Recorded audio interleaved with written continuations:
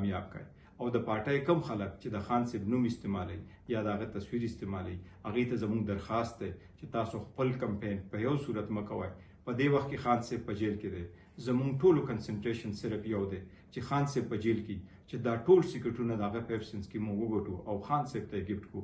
مهرباني وکړئ، اتفاق وکړئ، یو کمپین به څوک نه کوي ما سوا د هغې کینډیډیټونه کوم چې خان صاحب نامینیټ کړي دي. ملګرو داسې حساب روان دی که نه د باجوړ کم الیکشن چې دی په هغې کې شیر افضل مروت ورسره بیرسټر ګوهر هغو یو پریس کانفرنس کړی دی. په هغې کې باقاعده دا ویلي دي چې کم کسان د عمران خان یا د پاکستان تحریک انصاف نوم استعمالوي نو هغو خلاف به مونږ کاروایي کوو، ځکه چې مونږ د سنی اتحاد سره اتحاد کړی دی او زمونږ کوم امیدواران چې دي هغو نشان وی اس دی.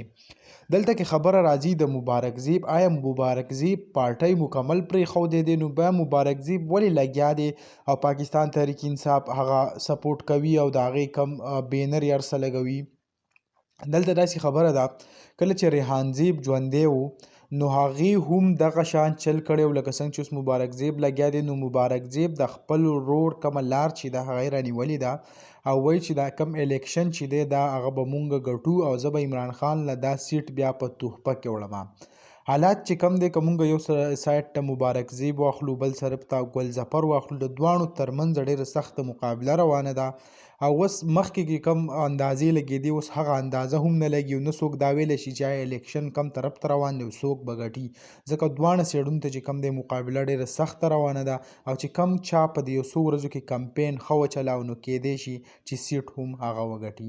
نو دغه کومه ویډیو چې راغله وه د شیر افضل مروت دلي هغه هم موږ تاسو سره شریک کړه. انشاءالله د دې په هکله به نور کم کورج چې دی موږ تاسو له مسلسل درکو.